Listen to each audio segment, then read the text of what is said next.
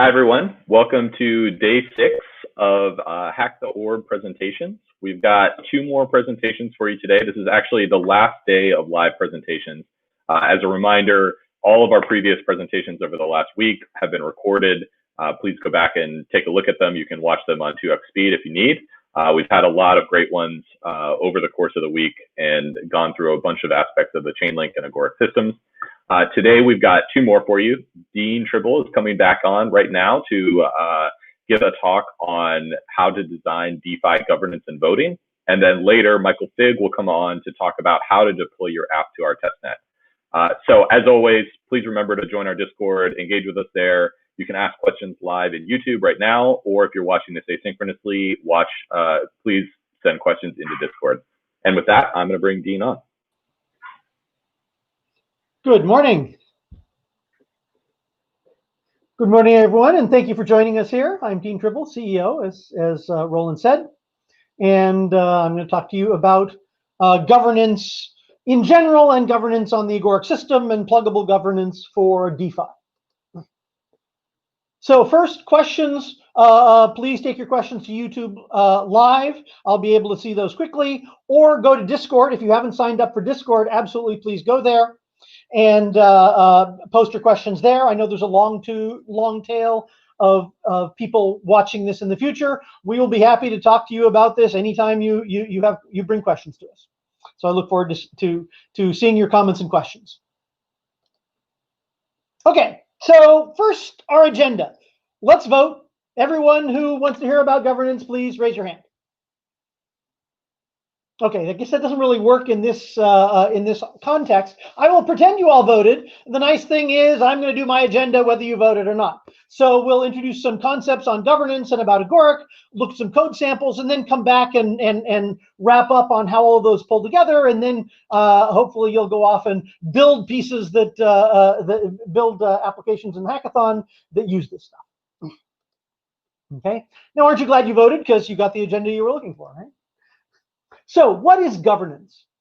The act or process of governing, well, it's a little recursive, or overseeing the control or direction of something. Thank you, Merriam-Webster. What does it mean in our context, or why do we do governance? Well, as it said, first is to oversee and control the direction of execution of some smart contract or DeFi on the system. But there are other reasons as well.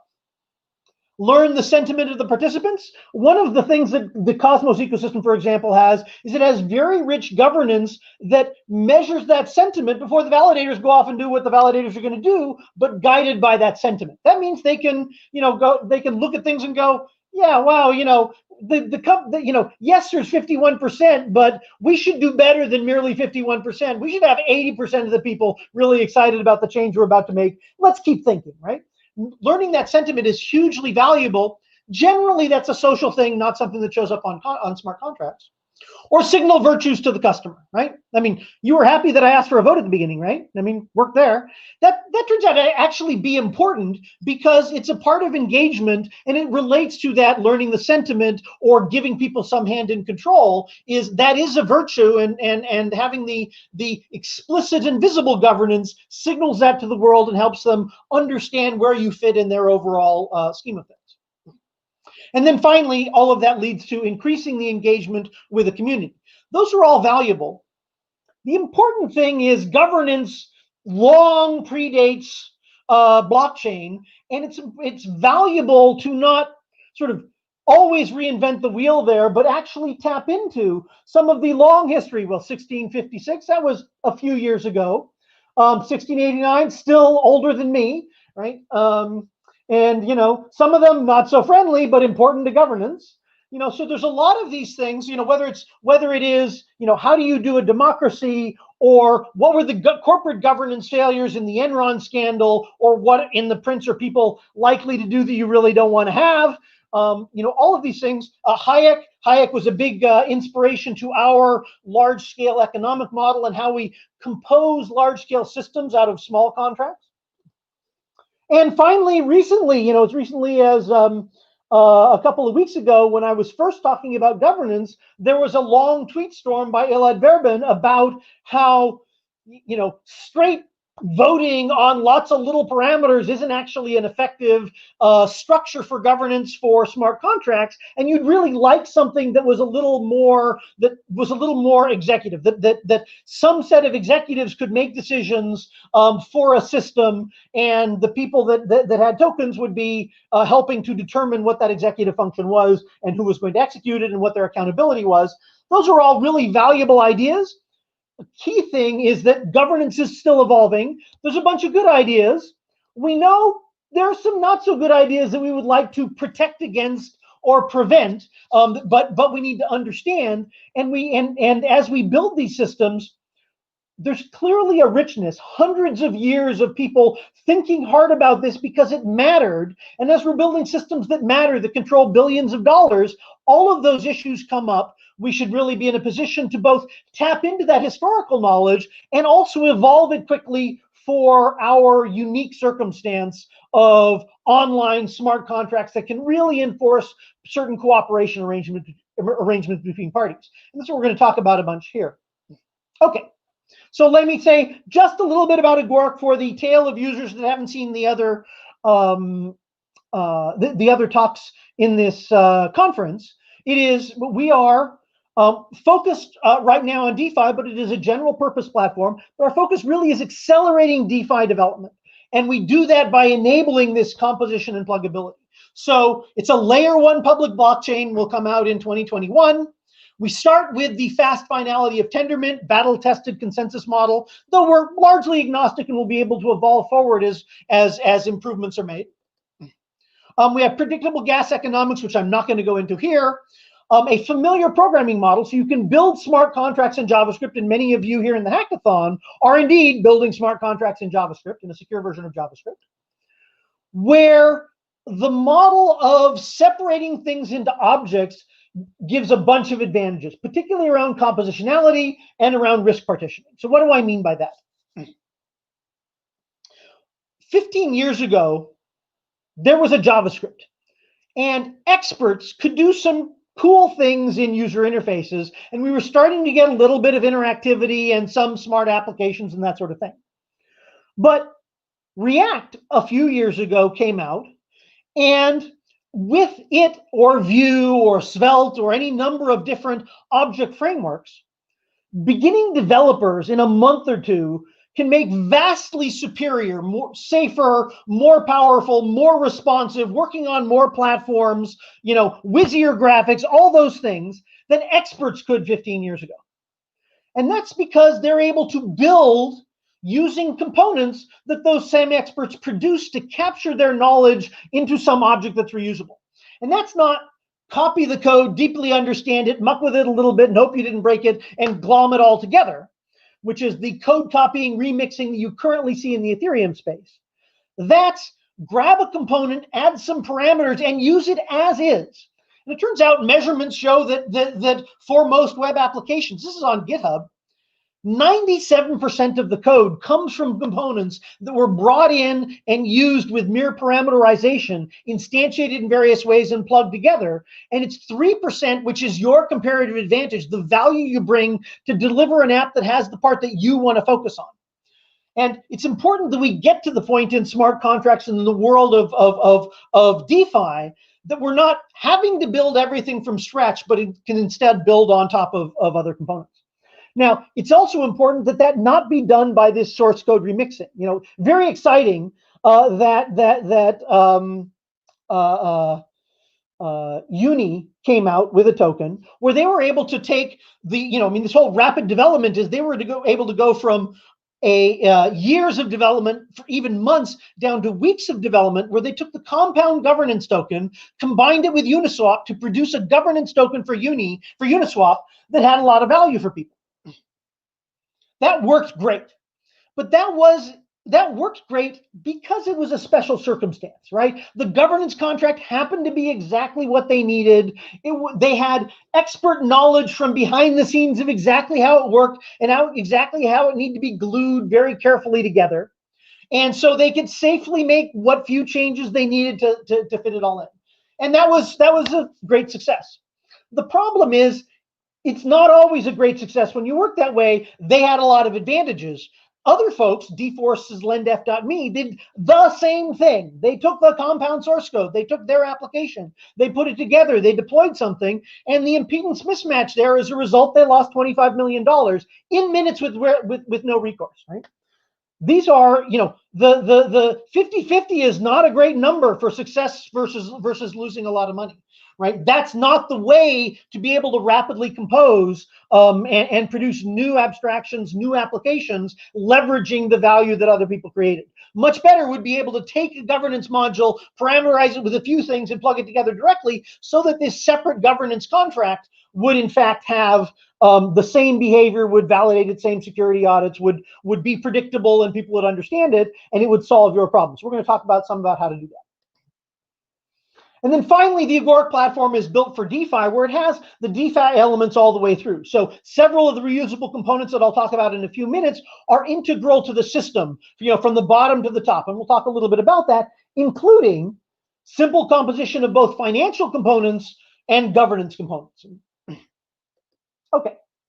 So what are the layers of the stack? I'll start at the bottom. That is, as I said, the consensus layer, where the reward elements are not just the Cosmos ones, but they're actually mixed in with a smart contract and able to use the same smart contracting richness of the rest of the system.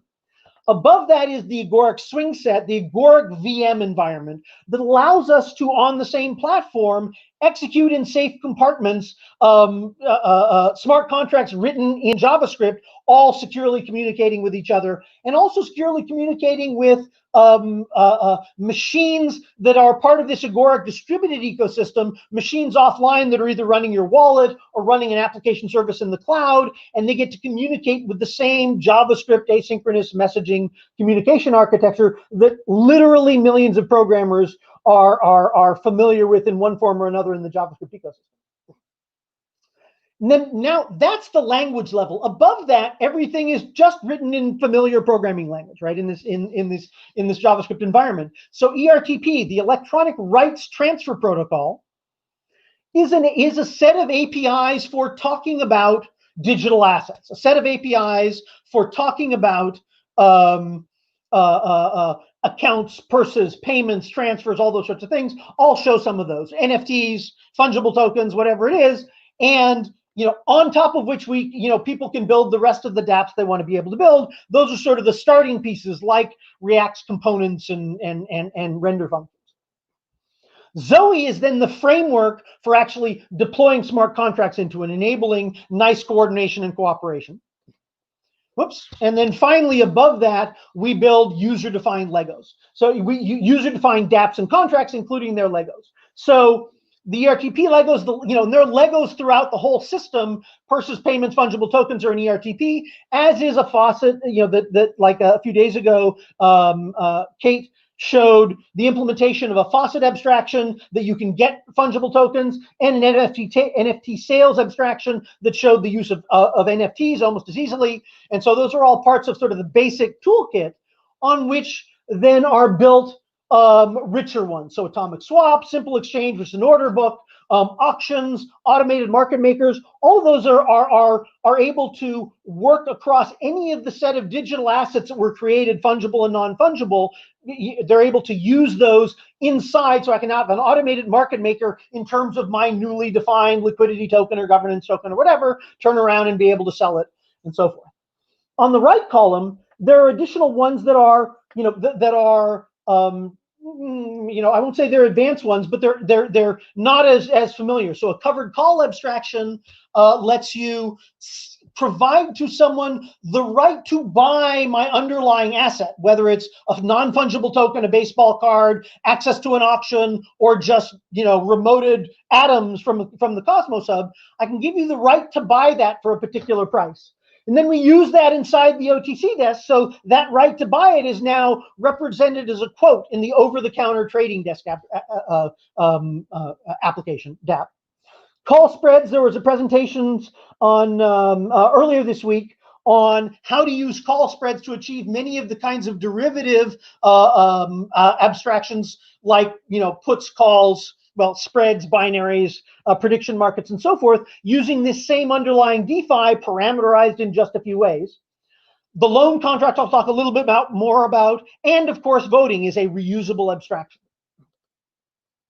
So, and finally, of course, in this contract, in this environment, we have Oracle Legos in terms of being able to pull in Chainlink oracles as Oracle nodes under an Oracle contract, glom several Oracle nodes together with an aggregator, and present that all as a price feed in the price authority, or access it directly through the Oracle contract to drive lower level and richer functionality of the underlying Chainlink oracles. Okay, so finally, let me start talking about composition. So to build a loan, so this was the loan case, which is one of the smart contracts that we built, one of the dApps we built that uses the Oracle abstractions underneath, so that there's a set of collateral. I take out a stable coin loan against that, and if the price of that collateral falls enough, it'll automatically be liquidated against an automated market maker. And so the determination of whether it needs liquidation happens against a current price feed. So it's constructed where you're taking a loan and we agree that you're posting some off-chain asset like ETH. And if the price of ETH, according to this particular Chainlink Oracle, falls below a certain price, our loans will be liquidated. And so they will be liquidated against a particular AMM, which is the one that, for example, is part of the Agoric standard environment execution infrastructure. And so finally, every loan will be instantiated. Each time I take a loan, I get a new loan contract that knows which AMM to liquidate on and which price feed to use. And each one of those is a separate contract. So they're not vulnerable to each other. They don't share any assets in common. They just, I just instantiate these lightweight contracts once for each loan, and they can each independently liquidate and then evaporate once they're done, or if I pay them off. And that's on a price-based notification tied into our Oracle. Okay, so that's an example of plugging some of these components where Kate got to write the loan contract using the existing AMM and using the existing price feeds that pulled in the current Chainlink aggregation. And as people add more, pooled pay for prices or any of these other aggregations, one could deploy loans that use that. And so the nice thing is the loan doesn't care. The loan doesn't care about which particular price feed it's using. The loan provider constructed that, sold you a loan where you agreed which price feed you were going to use. That's the loan you got. And there was agreement on the underlying components that would be plugged in for your loan. Okay, so I'm now going to go into some code. We'll look at the structure of the contract. Every contract is just a JavaScript module that implements a start function. It takes ZCF is the access to the underlying services for that contract. And then it does some setup, and then has, for each kind of offer that might participate in this, our system is in terms of offers. For each kind of participant, there is an offer handler. So in an auction, I've got the seller and I've got bidders. So there'd be an offer handler for the seller, there'd be an offer handler for bidders. And then for each of those participants, I'm going to make an invitation to come take a seat at the table. That's why we call this argument to the offer handler a seat, is you get invited to take a seat at the table for this contract, and that seat is how the handler will figure out what did you pay, what are you currently offering, what do you want for it, and engage in the behavior in response to your request to participate in this particular contract. There is then a creator facet, which is the object that will be handed back to the creator of this contract so they can start it off. So they can create the initial invitations and hand them out, so they can go and create a seller seat and sell it on some other market or whatever it is. And then finally, that gets returned. Creator facet is one of the main things, but you'll see a few others like a public facet that would then be available to any participant in the market and a few other options. But that's the core structure of it. So now let's look at some content like this. Let me bring up I guess it would help if it was on the right window here. There we go. And let me zoom this in a little bit. Okay, so this is a voting contract. If I come down here, let's collapse. So you can see there is a start method. I will go to the bottom, and you can see that I return a creator facet. So let me bring up the outline here. And note that this is just standard, the standard VS Code where each of these operations, has type information. I get command completion. Whoops, it would help if I type correctly. Right, make invitation, which has all the arguments, etc. Okay, so you can see here's the make invitation. It takes a vote handler. I can follow that up using my shortcut keys all to the vote handler. It tells me what all the arguments are, all the things you expect out of a normal development environment. Okay, so what does this election do? Well, it starts with its setup where it has a, let's open is the election open? It has a map from voter seats to their responses. And finally, there is the handler, as I mentioned. So what does the handler have? Well, it gives the user a object. When the user accepts the invite to sit at the table for this vote, that invokes this handler, and they are returned this object, which will be an object that lets them vote. So I sat at the table, I get back an object. Now it's got a vote button where I can pass in yes or no. Okay, and that's what it takes to do voting. But the authority, the weight of my vote is tied to the assets that I provided in my offer here. So this vote handler gets invoked when the user makes an offer. Their offer is, I will lock up, 30,000 tokens here if you give me back a vote handler. And as soon as I exit and get my 30,000 tokens back, my vote stops counting. So I better leave it there for the duration of the vote. The creator facet, the person who created this vote, has an operation which is to close an election, where they can then tally the set of yes votes and no votes, and returned overall what did this vote finish, right? What's the value at the end of the vote. Now, I'm not showing here the elaboration of this, where it then also has the function that will be invoked, and maybe it does. Function that will be invoked when the vote completes. I'll show you that in a moment. But that's the basic structure of this. And there's test cases and various things that glue it all together, and you can run automated tests on this stuff.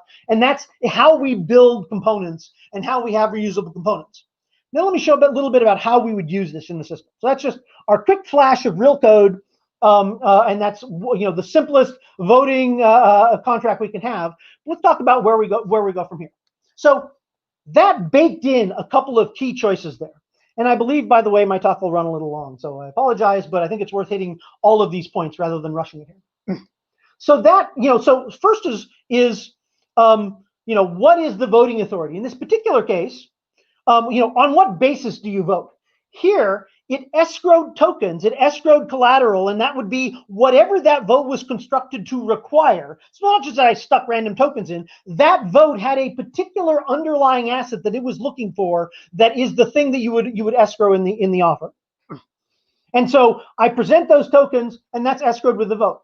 But there are others. It could be, for the underlying staking token, for the underlying staking system, I don't want each vote to have to lock up my token. I just want to refer to the staking token and get essentially an affidavit that says, yep, he's got 40,000 tokens stored, right? So what will be presented is not the tokens directly, but rather an affidavit from the trusted source, which is itself an NFT in the system. Or maybe it's a fungible token in the system that can be used by a particular voting instrument. And so it's easy to build that in the same libraries that these original systems were built in. So that's where we get state token vouching. But the same mechanism could be used for the lockup of tokens inside of your smart contract that that is the liquidity token for your AMM or whatever it is. Then there's what's the decision, right? In this particular case, well, how is the decision made for a particular voting? The obvious one is the voting is, Dean decides, I click on yes or no, and that's the only thing that happens. Obviously, in our case, we had other choices. It was a simple majority where it was going to return, yes, 1, and here's its percentage. But it could be that it converts to using an oracle. For a given governance decision, there may or may not be a vote. It might be that we moved from voting to, we're not going to vote on the interest rate required by the bank. We're going to go and get an oracle from Chainlink for what's LIBOR today, and it'll be LIBOR plus 1% or minus 1%, whatever it is, right? And so switching from voting to some other automated smart contract, that's still governance. And the nice thing is your underlying smart contract doesn't care. You're going to plug in something that says, here's the governance today. We decided by running the smart contract that plugged it in. And finally, when is it done, right? In this case, there was the close election operation that the operator of the governance token got to do. In other people's cases, it might be some particular day in November. Which particular day is yet to be determined, but some particular day in November. Right? It might be, so that would be a time-based one. It might be periodic, where we're going to have the same vote every month on what's the change to the governance token or whatever it is. And so these are all options for governance where, every particular combination of choices is important and valuable and might be appropriate for some smart contract. Okay, so what is that? What might that concretely look like? That loan example that I mentioned, right? It's a smart contract. It's got some term which is the margin required. So let's say you've got to have 120% of collateral to cover your loan. Otherwise, it's automatically going to liquidate. So that means somewhere there is where 120% is the starting number. So somewhere in that loan contract is if the collateral to loan ratio is less than the margin required, is less than 120%, then we're going to liquidate the loan. Now, we're not going to talk about that. In our loan contract, the liquidation, it just goes and sells it on a market that it was told to sell it on, and the loan contract itself doesn't have to know what that was. It got constructed with it and parameterized with it. So your loan versus my loan might liquidate in different places, right? And then it sets up the margin requirement. Well, how are we going to change that? The nice thing is this is JavaScript. We've got all sorts of ways to change it, and there's millions of programmers that will understand how to put that together, right? So a simple update function, a simple object that gets exported from the loan contract and provided into governance is now something that the governance contract, once it decides, could go ahead and call this to say, here's the new margin. So let's say I want to update it to 125% from 120%. Because we're in a volatile time of the market, or 110% because everything's sailing smooth, and or 102% because we realize that both of these are stable coins and we're getting a loan in one stable coin from another stable coin. All of those are entirely plausible. The loan contract doesn't care; it just needs to be told what the margin is. But that's pretty raw. I could change it to 80%. That seems like a bad idea. So what if so the nice thing is the loan contract could build in particular requirements where it's doing an assert here that, yeah, you can't have 80%. You can have 101%, right? But you can't have 80%. So you can't go below a certain amount. And now no matter what governance decides, it'll turn around and try and apply it. And the contract is providing its users assurance of the limits of that number independent of governance, right? That's really nice. Or independent of the simple parameter governance. Obviously, there might be an upgrade the contract, what have you. But that means this mechanism has these nice limits built in. And so now that's the mechanism by which the contract is enabling arbitrary governance process to set a new margin requirement. Okay, so then what does that governance process look like? Excuse me. So the question is, do we raise the MMR to 125%? The vote is start an instance of that majority vote installation, right? In Agoric, when you've got a smart contract, it is installed once, and that's making the source code be something that has has a specific object on chain that you can start to add, security assertions for, and various things to provide people assurance that if you're running this source code, you're getting the behavior you expect. So in this case, it's instantiating a particular installation that we know to be a majority vote installation of source code. And it's instantiating that where the asset that wants, and that's the kind of thing that I showed you the smart contract before. The asset that it wants is the governance token. It wants you to provide tokens that the issuer of governance tokens believes it issued. And there may be other terms. I'll talk about that in a little bit. And so now it's going to publish that by taking that vote contract, that new lightweight contract, and making it available on all the votes, right? That's just a JavaScript object that has a notifier that anyone who is interested will get notified, and their contracts will wake up and they can participate, or their off-chain machines will get notified and wake up and be able to participate. Right? And then once that vote happens, it's going to asynchronously request the decision. And that decision is a promise that it will get for the decision only once the vote is completed, right? And so now this governance process just awaits for that vote, and that might be 2 days, that might be a month, whatever it is, that just sits there and waits for the vote. And once the vote happens, if the decision was yes, it then invokes that MMR set function that we got through the terms, which I didn't show here, but we talked about it in the previous slide here, that MMR set function, and calls it with 125, which will pass the assertion, and so the number will get updated, right? So that's how it gets wired together for this particular installation of voting. And the nice thing is my overall governance of this long-term loan contract has access to the update margin function, but it might be running a vote every week to decide what the margin is for a particular asset. Or it might be any number of different mechanisms. The nice thing is this loan contract doesn't know. It exported this object to governance. It was instantiated saying, this is the process that's going to govern you. And that governance thing is going to instantiate as many votes as it wants. The loan contract doesn't need to know about that. It just gets updated as appropriate as things happen.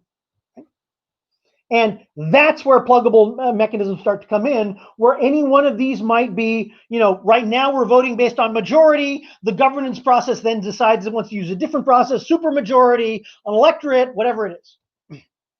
So that lets us do a fundamental thing of separating the concerns. We build large-scale systems, we engineer large-scale systems, and we evolve interesting, complex relationships across multiple cooperative parties by separating the concerns. That doesn't mean sweep a concern under the rug. That doesn't mean ignoring, the volatility and cost of execution or any of that stuff. It means separating them out. So here, the decision mechanism was the vote, and we could use different decision mechanisms, right? The change to make is represented by the updater, and the nice thing is the same voting mechanism could be used with different updaters to update different parameters. And the triggers are managed. The decision of when to vote, how to vote, what the parameters are embodied in a contract itself, right? In this particular thing, right? These are separate smart contracts, independently instantiated, where you can evolve new ones, you can change over time. Governance could choose to, in the future, to use a voting contract for future voting or for specific types of voting that didn't exist when the governance contract was created.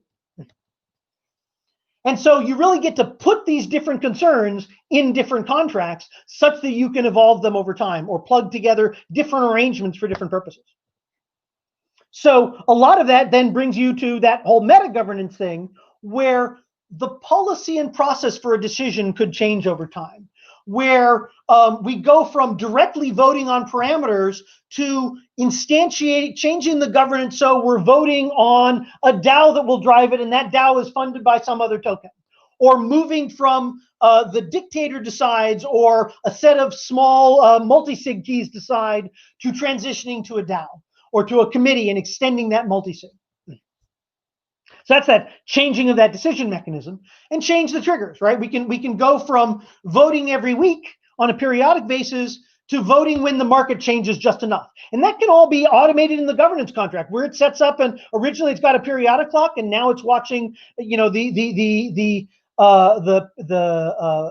price oracle for the time for the price to change on some underlying external oracle coming in from Chainlink's gold price or whatever it is, right? So that lets us, again, put these different concerns, including the meta concerns about the process, into different contracts and reuse them. So if I build a contract for my particular application, you can pick that up and use it to yours, not by copying the code, but by simply parameterizing it to use your governance token rather than mine. And so, and this is almost my last slide.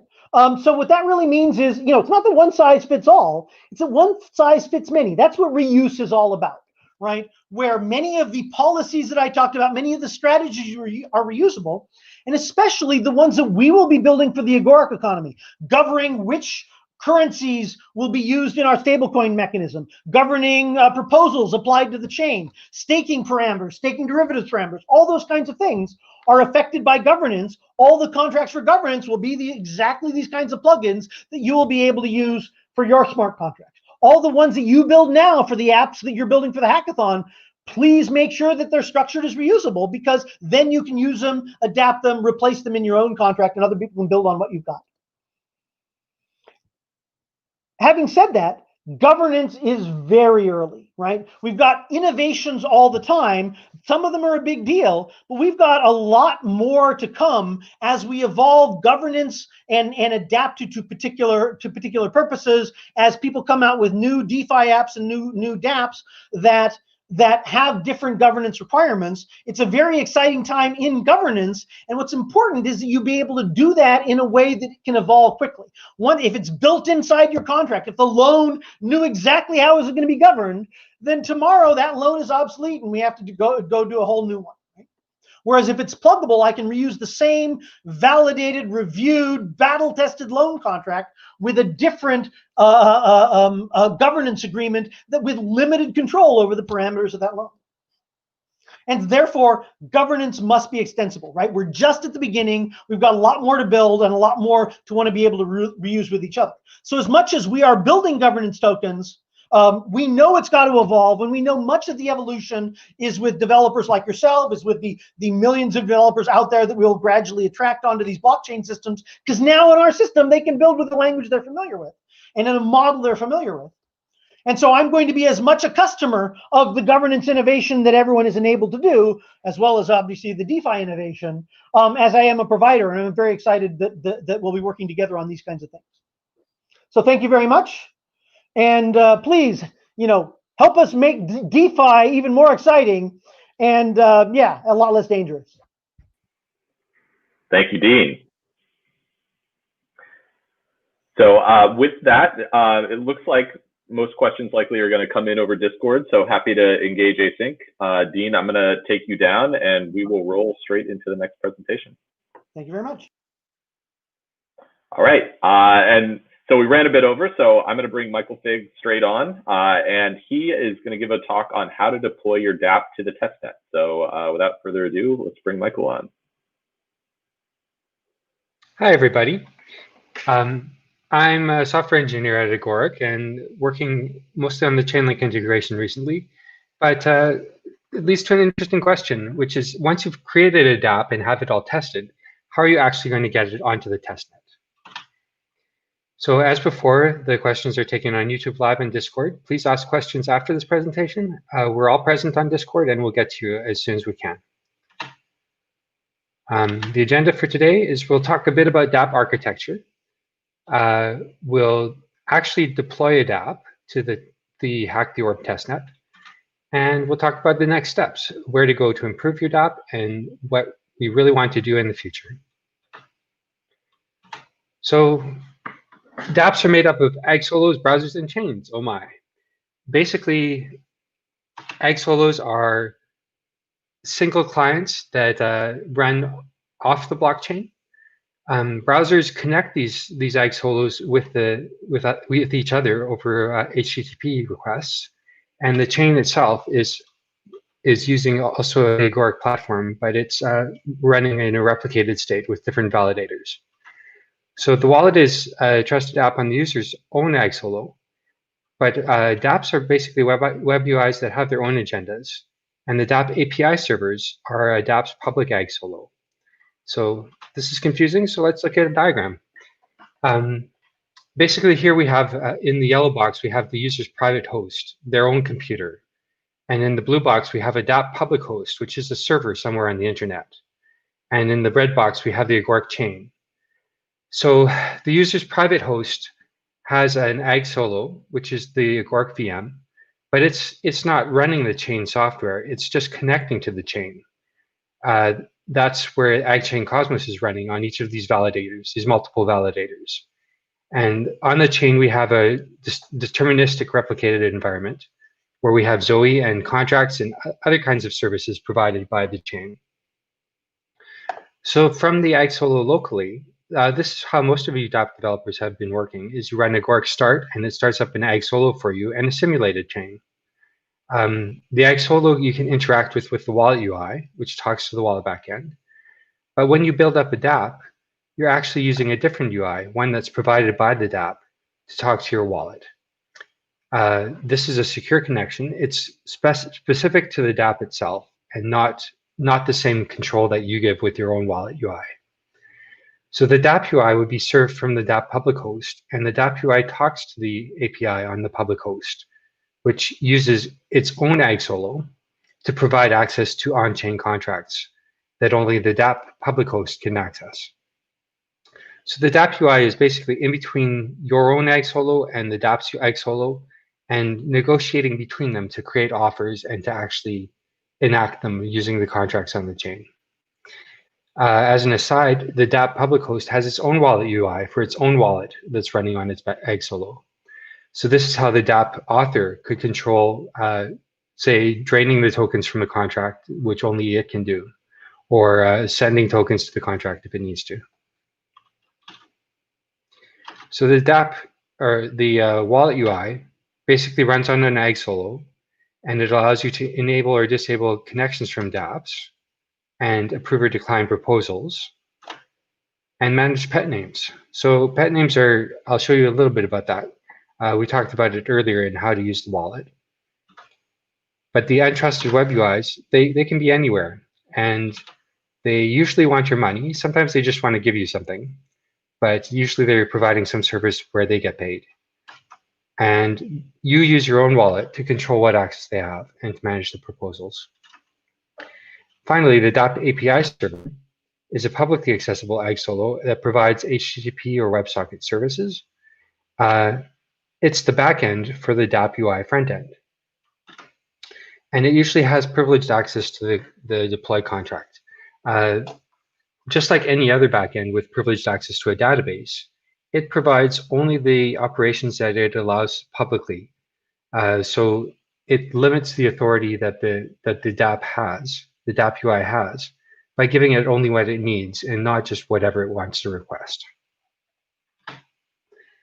Okay, let's deploy Dapp.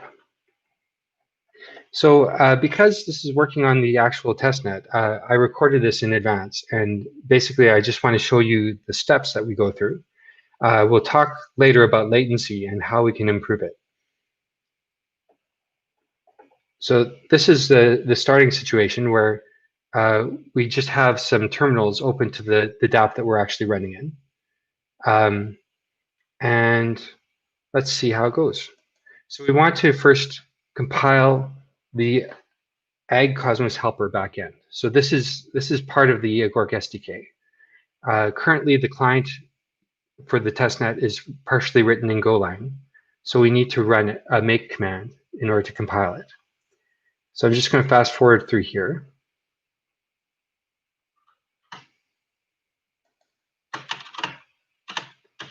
So that was how the compilation goes. Now we should be able to run. Yes. And sorry. Michael, if possible, do you mind zooming in? I'm not sure if you're going to be able to do it with your Windows that way. Unfortunately, I can't with the video, Okay. but I will later. All right, no problem. So we can run the helper and just request the version to make sure it's installed correctly. And it comes back saying that we're running Agoric Cosmos helper version 0.23, which is exactly the right version. Next thing we want to do is start the testnet. So we'll start the testnet client on port 8000, and we're running against the hack the orb testnet. So this is the special command in order to do that.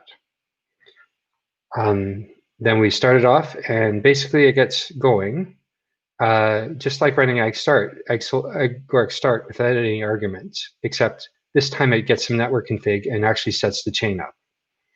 So this is using the actual hack the orb testnet running on the internet. It starts complaining, saying that we don't know where that address is. So we have to go tap the faucet on Discord. This is when the faucet channel on the community team. Basically, you just run the command that it told you to run. And this is how it works. I'll fast forward this as well because it comes back with a little thinking icon. That means it needs manual approval. So we'll just go through the actual approval process, and then it eventually gives back a check mark. So that check mark means that our actual Agoric solo has been provisioned, And now it starts to give chain messages back, saying that it could not find the peer mailbox. That's just syncing up with the chain. But now it's actually sending transactions to the Agoric testnet. I'm going to fast forward through here. Well, actually, first, I'll just show you how we deploy the contract to the chain. So because the Egg Solo is connected to the chain, we just run the same deploy steps that we would have done with our Dapp otherwise. This will take a while because it first has to synchronize with the wallet, and the wallet has to synchronize with the chain. So I'll just fast forward past this so that we can get to the exciting part. So each of these O's actually takes place once every second. So this is zipping past a whole bunch of messages exchanged with the chain. Still a bit faster than waiting for an Ethereum block to finalize. So eventually we run and install the contract and we deploy the API server. And we're just getting the board IDs back as the regular deployment does. And there they come. So now it's been deployed. And let's see what happens next. So we're going to open up, start up the UI for the Dapp faucet, and also run the Agoric open command to get a wallet. Okay, so that's the end of the video. I now have the Agoric wallet live, and this is exactly where the Dapp all comes together. So many of you have seen this already with the Agoric faucet, or the fungible faucet. But what I'll do now is I'll go to the local, the fungible token faucet, and it tells me that I need to approve it. So this is the usual step with fungible faucet. I like calling it Kate's faucet because she built it. And then I'll just enable that. This should add some new tokens to my wallet. It takes a little while because we're going through the chain. But if I hit the mint command, then I'll come back to here, and we'll see that the Dapp is creating transactions back and forth to our Egg Solo. And we're just going to wait for the actual payment to go through. Let's just check the debug messages, make sure that it went.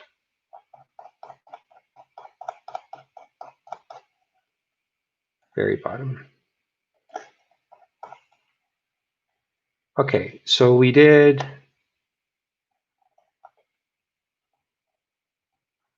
Yeah, we are sending back and forth messages still. So we're adding an offer. So now we have the Kate's faucet token here. The offer should be coming through pretty soon. We'll just watch it from the Dapp. We have the proposal.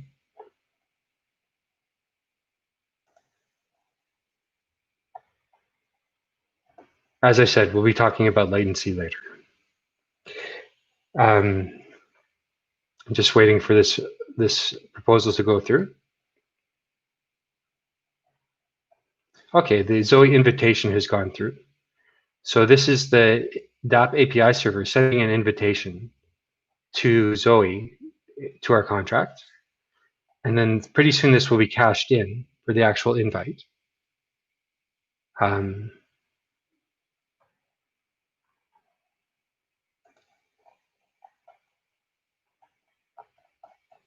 Just waiting for it to happen.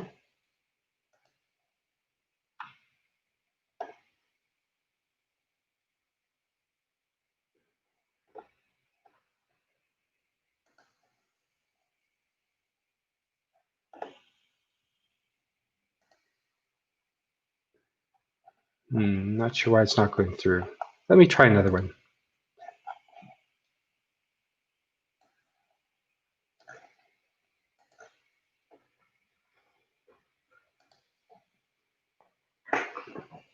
I might have hit it too early for it to properly register. Okay.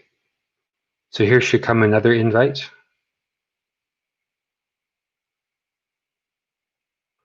So there's the invite for Zoe. There's the invite appearing in our wallet.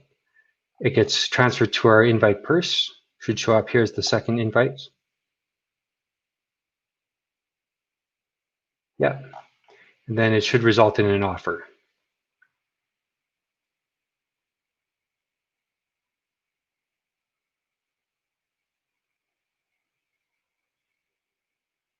There's the offer. Okay, so this is the proposed offer from Kate's Faucet. We want 1,000 of Kate's Faucet tokens, and we want to deposit it into our purse. So we'll just accept that offer. We'll see if we can cancel it for a little bit of time before it actually gets approved. But canceling is not bulletproof. If the contract cashes in your offer, then it'll just continue. So we have an incoming payment of Kate's Faucet tokens, and then finally that shows up in our purse. There we go. So now we've actually achieved the Faucet tokens. Next thing to show you is basically that's the end of the demo. So it is important to note that I didn't fast forward through the actual approval of the offer and stuff like that. So this is actually in real time what a user would see for a typical offer being made to their wallet. Yeah, let's move on. So next steps. Dealing with latency is our #1 concern. So what is very useful, well, we'll talk about this in a second. We want to be able to publish the API server to the internet so that other people can use it. And we also want to be prepared for future Agoric features that may make this all a little more easy to do. So with latency, the Dapp just works. Okay, so although I hit a race condition where I created an offer too early before the wallet UI or the Dapp Faucet UI was ready. Aside from that, the Dapp works, but it's slower than necessary. This is, as I said, it's still, the finality is between 2-second blocks on our Cosmos-based chain. But although that's faster than, say, waiting 15 minutes or half an hour for a block to become completed and verified, the Dapp works, but it's still slower than it has to be. So an important thing to do with your Dapp when you're getting ready to deploy for the testnet, and in fact, I'd recommend this even earlier, is you want to run your local sim chain with the Agoric start delay equals 2 for a 2-second delay. That emulates the actual delays that your Dapp will see on the chain. So we want to also make sure that your UI doesn't silently stall. We want it to give feedback for all of these processes. So there's currently a few hooks left in the fungible faucet UI, where certain events published by the wallet and by the chain are not advertised or associated with progress spinners. So filling out those different hooks and saying, okay, now we're creating an offer, but we have to wait until the offer is actually accepted by the wallet. That would be a good time to display progress in your UI. And round trips are the killjoy, basically. If you use await frequently, every time you do await in a linear flow in your contract or your deployment script, you're waiting for a whole round trip to the chain and back. So that await will say it's 2 seconds to go there and back for an await to be fired properly. So what you really want to do is decompose your async functions, break them up into smaller bits that are themselves individual async functions that have a direct flow and use await internally. But then we want to use promise.all to combine all these flows together so that the async functions can all run independently and concurrently. That will help also batch all these messages out to the chain rather than just waiting for an individual ID to be resolved, an individual value to be resolved, and all these things with await, with excessive awaits. Finally, we have promise pipelining. So this is a terrific invention. I don't know who to credit it to, but some of the Agoric founders were very instrumental in that. But the e-proxy maker, the method caller that you can use, basically we say you can call E on an object and get back a promise for the method result. But if you call E on one of those promises that came back, you also get a promise for the method result. So you don't have to await every object that you get back in order to call E on them.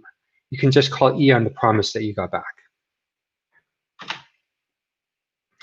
So now if we want to publish the API server to the internet, don't use reset, whatever you do.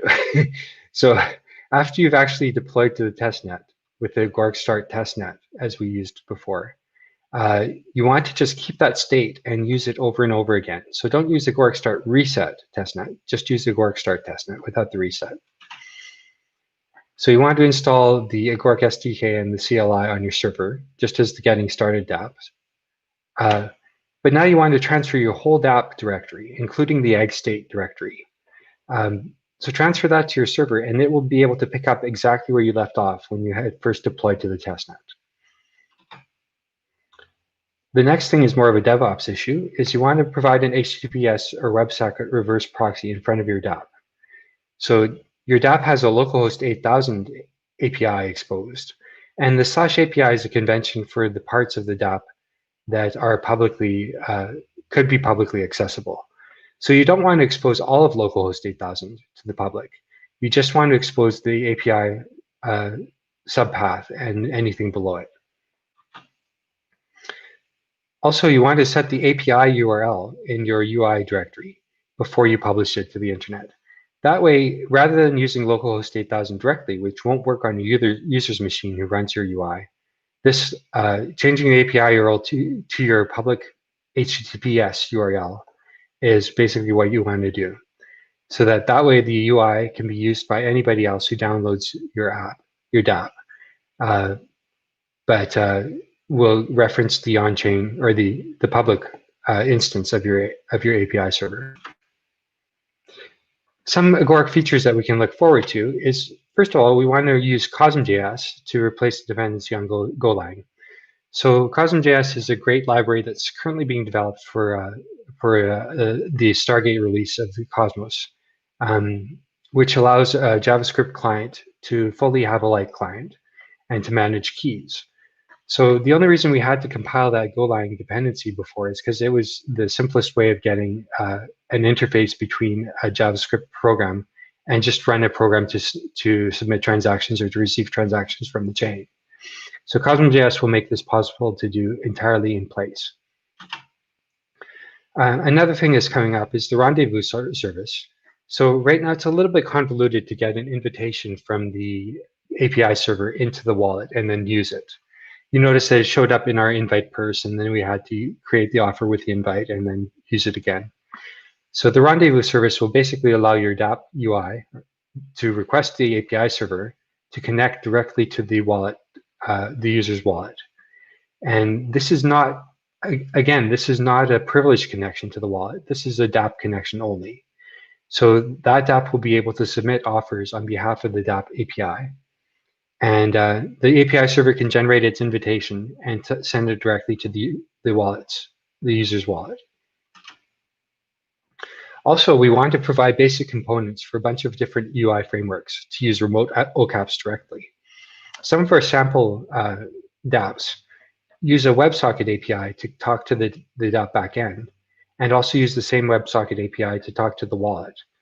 But those WebSocket APIs have custom messages depending on what kind of functionality you want to call. And there's a lot of glue code to make that work properly between a Dapp and your wallet or the Dapp API. So what we want to do is provide basic components like React components or Svelte or Vue or whatever you might have that can actually encapsulate the remote E method. So your UI would actually be able to use E within it to submit transactions to the wallet and to listen for notifications that you might want to respond to. Finally, these are our usual resources for the hackathon. The intro to hackathon documentation, and the actual agoric SDK code where most of this is implemented. And finally, the contract examples that you expect to find. Thank you, everybody, and I hope this has lent a little bit of clarity as to how the whole testnet can work together. Thank you, Michael. Much appreciated. And as a reminder to people participating in the hackathon, deploying to testnet is optional, so you get bonus points for it, but it isn't required to be able to submit a project. We would love to see a few of you do it just to see how your process works and get questions from you. But yeah, I would view it as bonus points. All right. Well, thanks again, Michael. I'm going to take you down, and we will close out for the day. So appreciate everybody tuning in. And again, if you're watching this in the future, engage with us on Discord, ask questions. And this is our last presentation of the hackathon, or at least our last live scheduled presentation. So make sure that you're in our Discord, that you're chatting with us. And we are really excited. We know a few of you are building some great projects that you've already told us about. So we're really excited to see those. And as you run into any issues, please reach out. For the last time, I'm Roland. I'm the product manager. You can hit me live on Discord or send an email at roland@agoric.com. And we're looking forward to the end of the hackathon here. So thanks again.